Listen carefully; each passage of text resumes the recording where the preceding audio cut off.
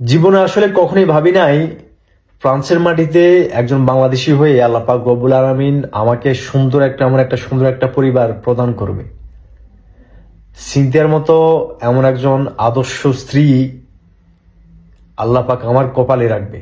আলিফ আমিনের মতো এমন পুটপুটে দুটা বাচ্চা আল্লাহ পাক আমাদের ঘরে প্রদান করবে, আলহামদুলিল্লাহ। আলহামদুলিল্লাহ। তবে একটা জিনিস আমি সব সময় বলি আমার আত্মীয় স্বজন বা আমার সাথে যারা চলাফেরা করে, যেটা আমি করি মৃত্যুর আগ পর্যন্ত করে যাবো ইনশাআল্লাহ, সেটা হচ্ছে সৎ থাকার চেষ্টা করি সব সময়। হয়তোবা এর উসিলায় আল্লাহ পাক রব্বুল আলামিন আমাকে এমন একটা সুন্দর পরিবার আমার জীবনে প্রদান করছে।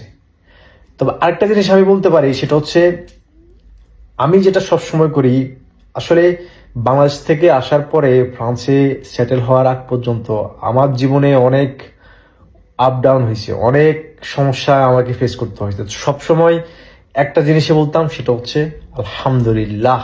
আলহামদুলিল্লাহ। আলহামদুলিল্লাহ। আল্লাহর উপর সবসময় ভরসা রাখতাম, যে কোনো সময় যে কোনো সিচুয়েশনে। হয়তোবা এই উসুলাই আল্লাহ পাক আমাদেরকে এমন একটা সুন্দর পরিবার দান করছে। আলহামদুলিল্লাহ। আলহামদুলিল্লাহ। আলহামদুলিল্লাহ।